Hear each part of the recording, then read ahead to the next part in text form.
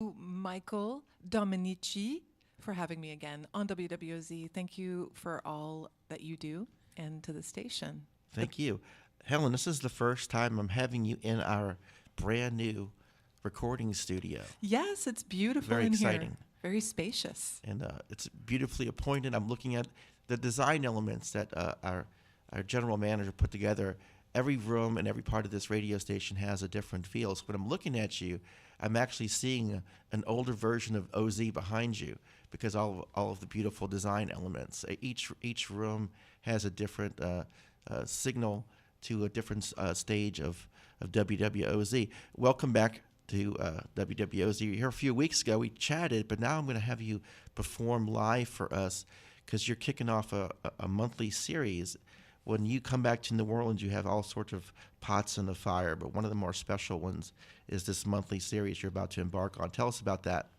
Yes, this is wonderful. I have had an amazing run of shows here, playing with a bunch of folks. But this is my own creation, my solo show, where I use a loop pedal and play cello and sing in French and English, and I can switch styles from more avant-garde to French chansons, and covers of PJ Harvey and X-Ray Specs and punk rock cello and slapping, scraping, bowing the cello, whatever needs to happen to make a show happen. And I like to tell my stories too, because when you sing in two languages, you're often translating meaning and intention.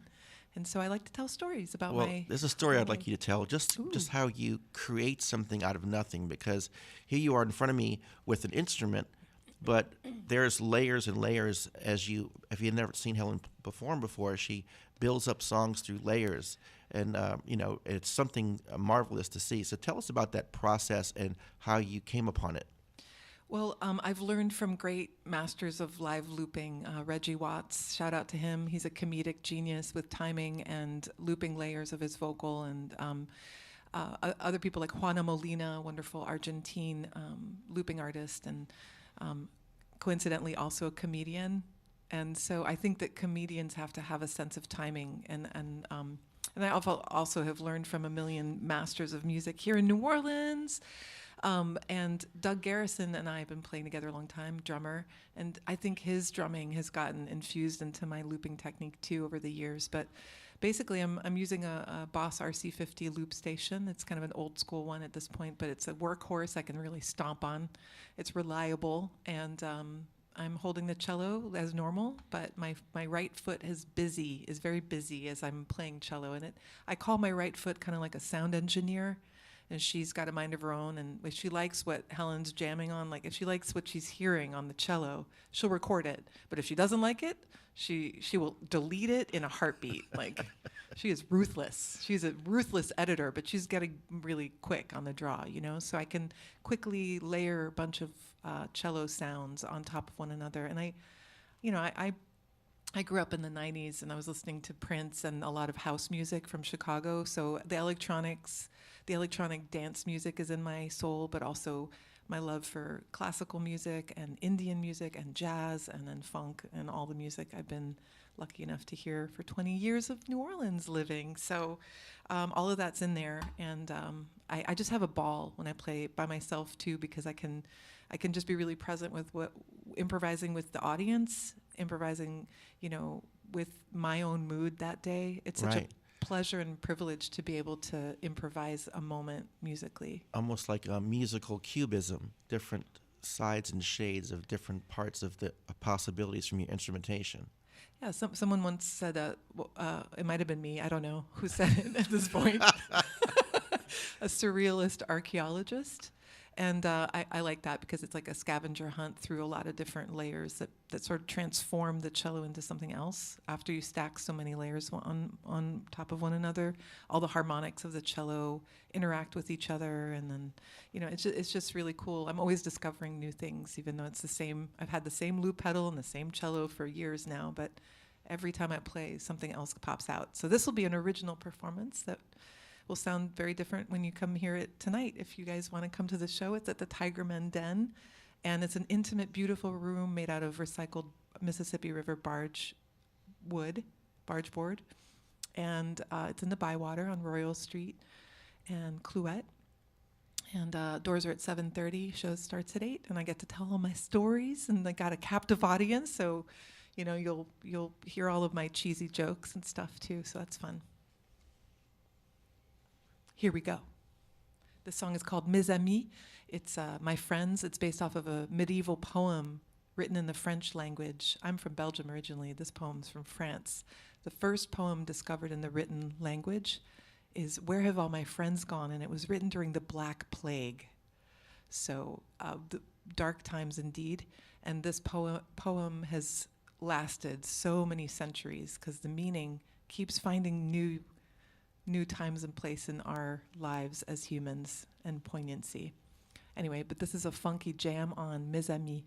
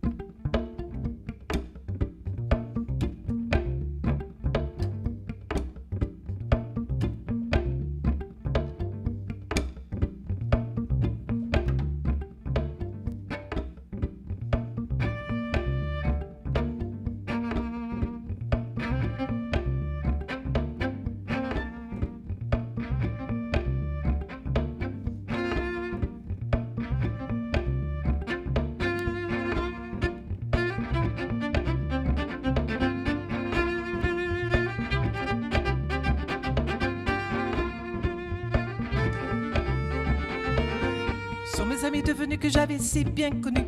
Où sont mes amis? Que sont mes amis devenus que j'avais si bien connus? Où sont mes amis? Ils sont tous, ils sont tous, ils sont tous, ils sont tous.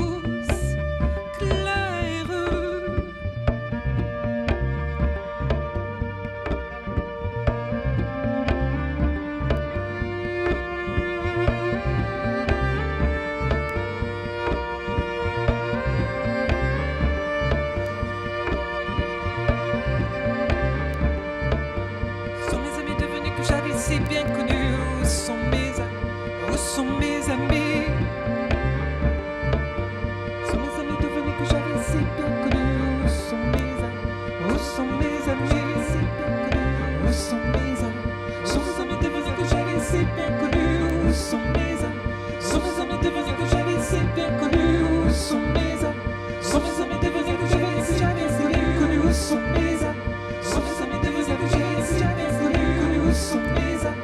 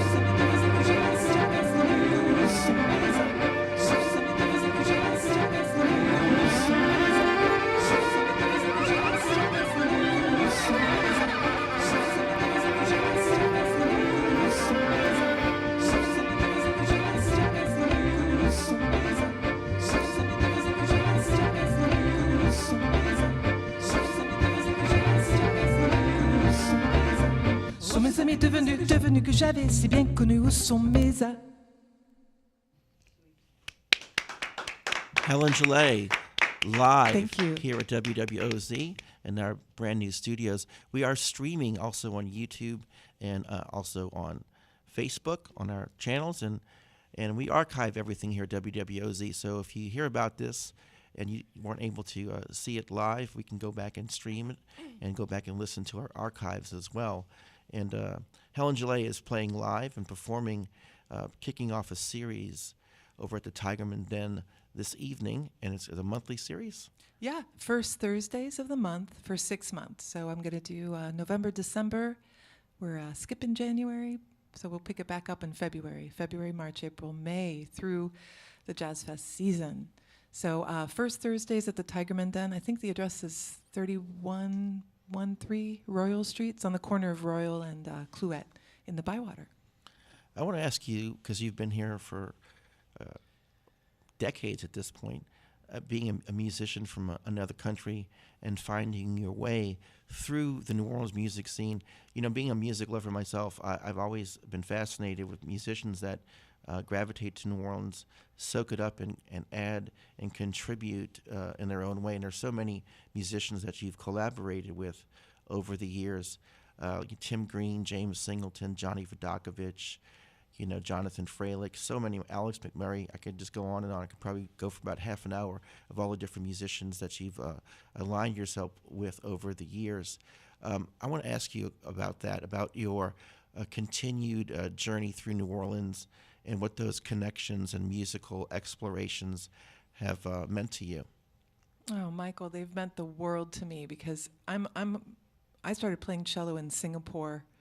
I was raised in Belgium and Singapore and Chicago, basically. It's a long story, so I'll keep it brief.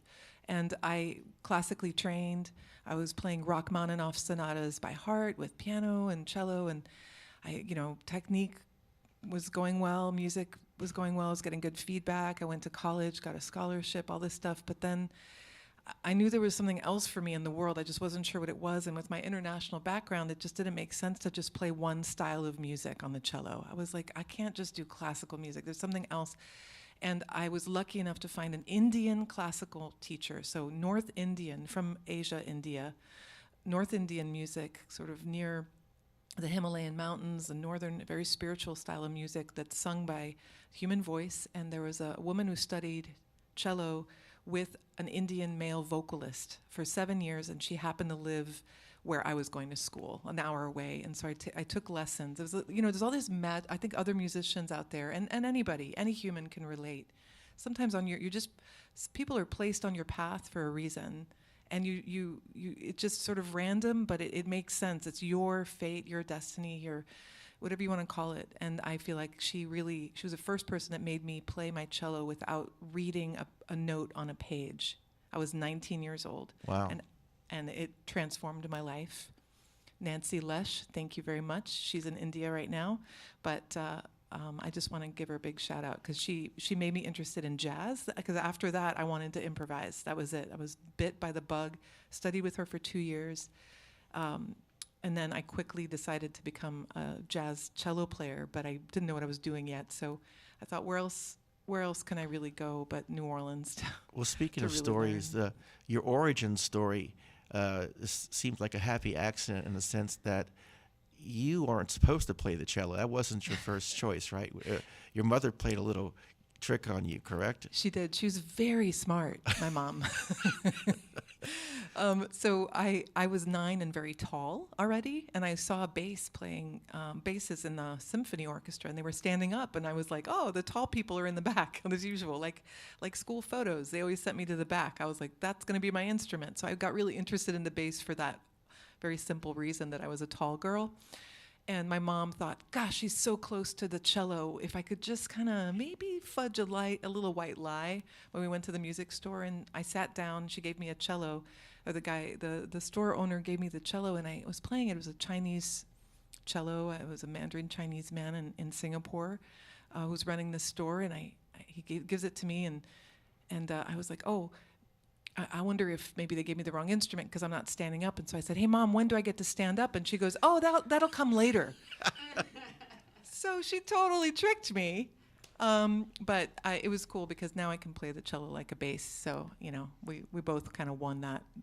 There you go. There you go. No, I'm very grateful, actually. It was the right choice. My mom she knew. She knew. Helen Gillet is joining us live here at WWOZ. And once again, we are streaming on YouTube and Facebook. And well, what are we gonna hear next? Well, that's funny that we were good segue, Michael, because the bass is, I moved to New Orleans and quickly became the cellist to complete James Singleton's string quartet concept that year. He had Matt Rohde on violin, Dave Rebeck on viola, and was waiting for a cellist who wanted to play his music and start improvising, and there wasn't anybody to choose from yet. And then I landed in New Orleans gung-ho and like, I want to improvise. And so graciously he had me join his band pretty quick, and I felt very nervous every time we played. I mean, Matt Rohde's improvising chops are insane on the violin, and obviously James. But James taught me how to think of the syncopation in a New Orleans feel. James played with Booker and all these amazing, and Johnny, and he's incredible, and his feel, his sense of timing. I mean, I was still coming from my classical background, and he really helped me shake that off. He was the perfect Sherpa into jazz for me. That's awesome. So, anyway, but this song that I'm about to do is sort of tribute to New Orleans bass players. It's about a specific bass player called Alcide Pavageau, and his nickname was Slow Drag because he danced a really good slow drag, and I got to see his bass that he made himself with his own two hands out of a wooden barrel, a bedpost, and some old keys. It's at the New Orleans Jazz Museum, and they were doing a women in jazz exhibit, and they asked me if I could be part of it and if I could contribute something. And so I wrote Slow Drag, a song, and they placed his bass next to my song lyrics. I was very honored, and I wish I could have met him. He died in 1988, was born in 1900, and I think I would have liked for him to commission him to build me a cello that I could beat up on the streets of New Orleans and feel. But it's fine. I'm just sort of like beating up this cello I've got right now. It's got my handprints on it and everything. You got to come see it. Come see my show tonight. I'll show you what I'm talking about. Slow Drag Pavageau. I wrote this a few years back.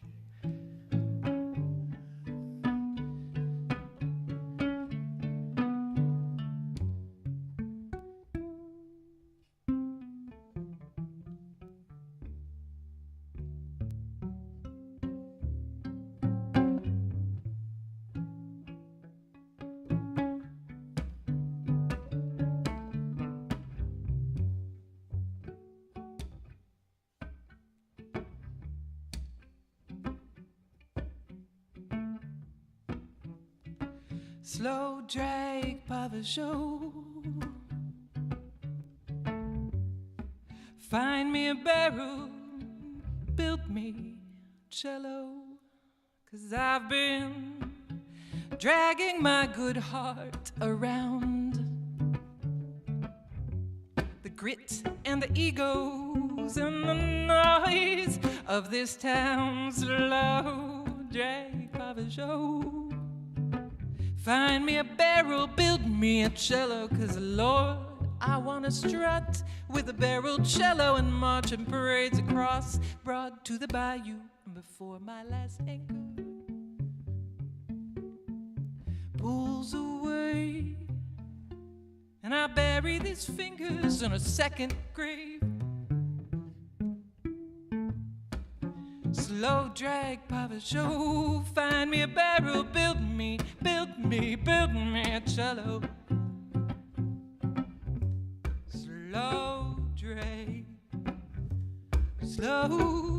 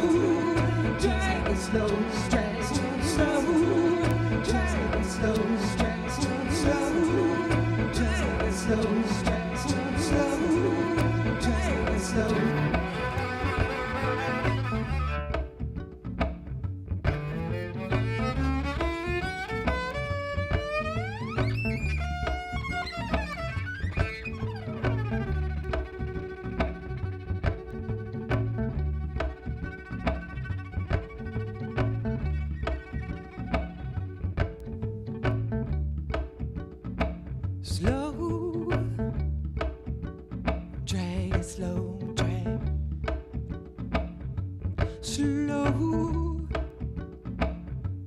drag slow. Lord, I want to strut. Lord, I want to strut.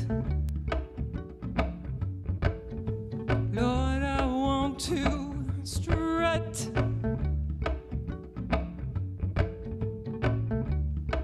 Lord, on a strut with a barrel cello and marching parades across Broad to the bayou.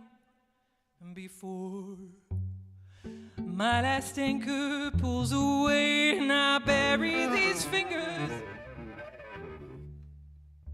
and I bury these fingers in a second grave. Slow drag, pavajou, slow drag, pavajou. Find me a cello, find me a cello, and I'll build my own barrel.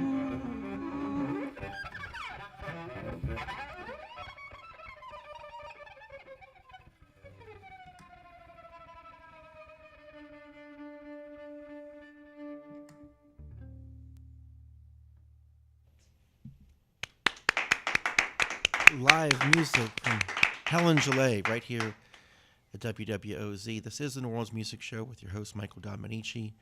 And Helen is here talking about her Thursdays, her first Thursdays over at the Tigerman Den. 7:30 show, 7:30 door, 8 o'clock show. And when I'm looking at this poster, I'm seeing November 7th, December 5th, February 6th, March 6th, April 13th, May 1st, which to me means this is Helen Gillet season in New Orleans, because there's another part of your year where you're elsewhere on the East Coast, and you have a farm and a whole different life out there, don't you? Yeah, I'm I'm really, really happy about when I've got my hands in the dirt.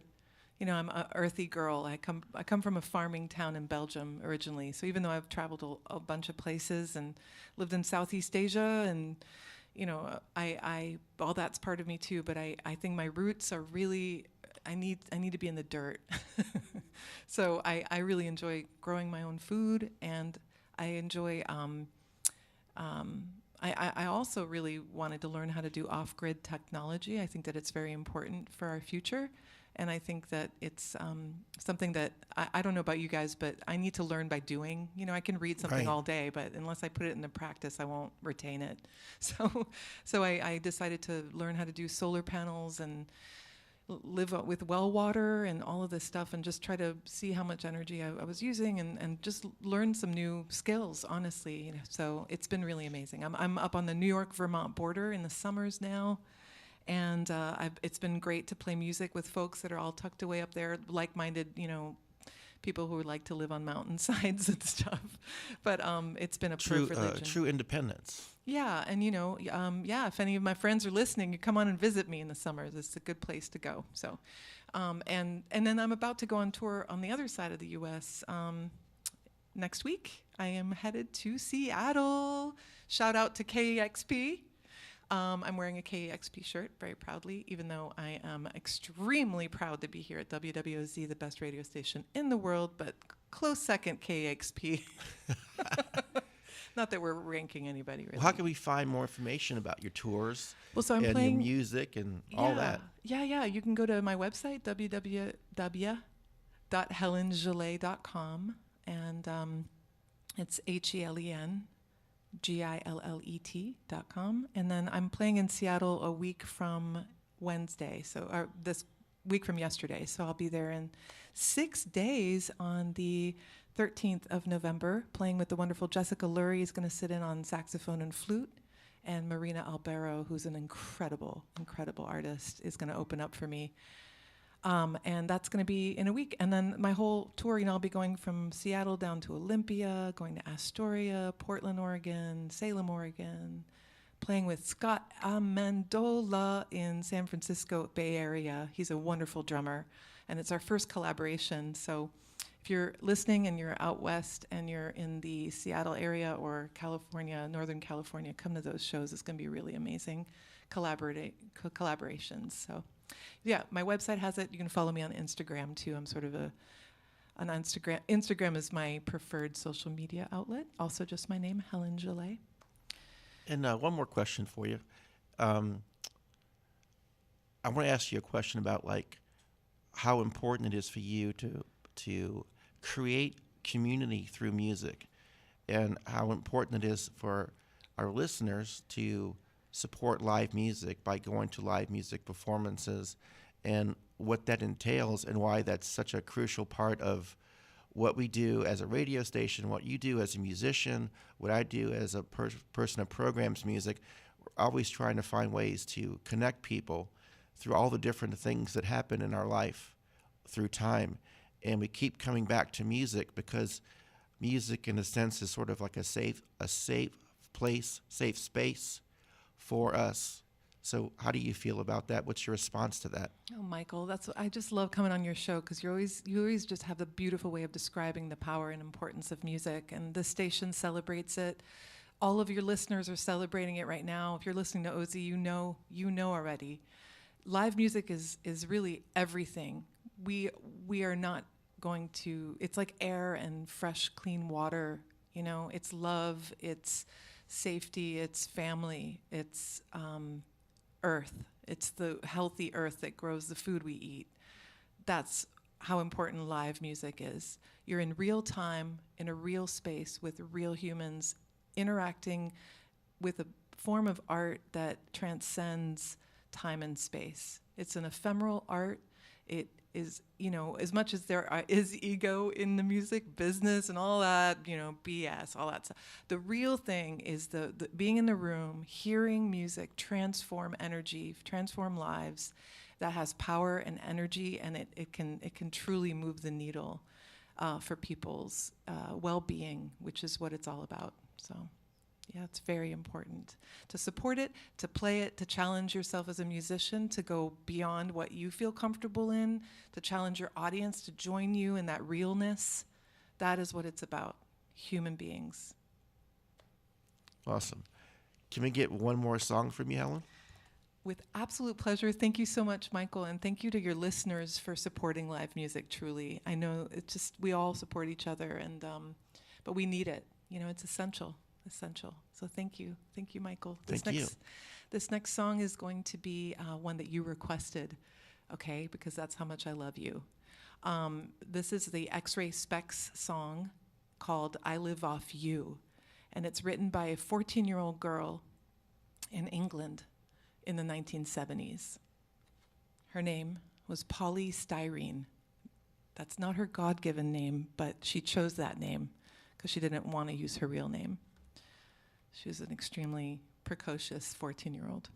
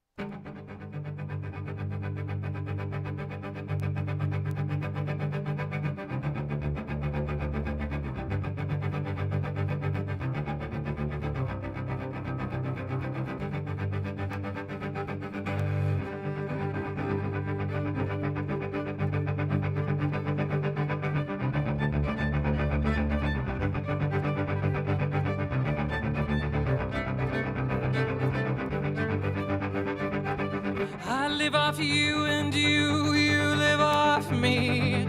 The whole world lives off of everybody, exploited by somebody,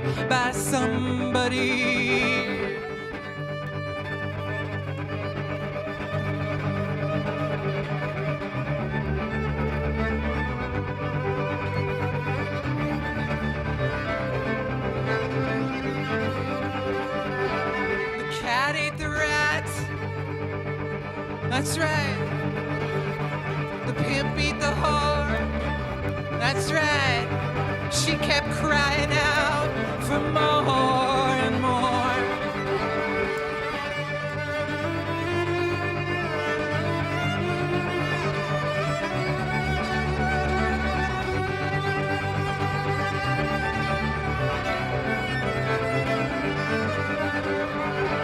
And I live off you.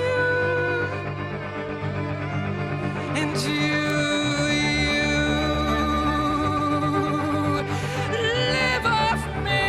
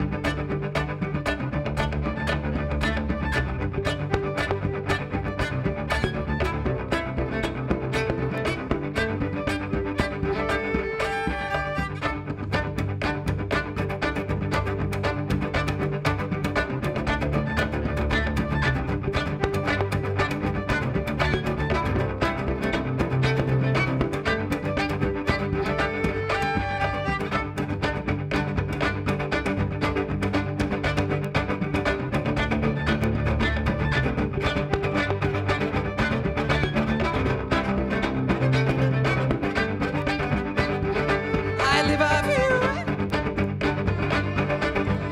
And you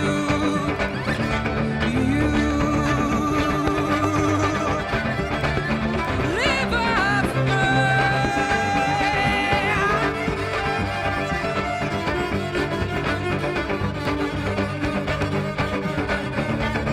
Everybody wants to be exploited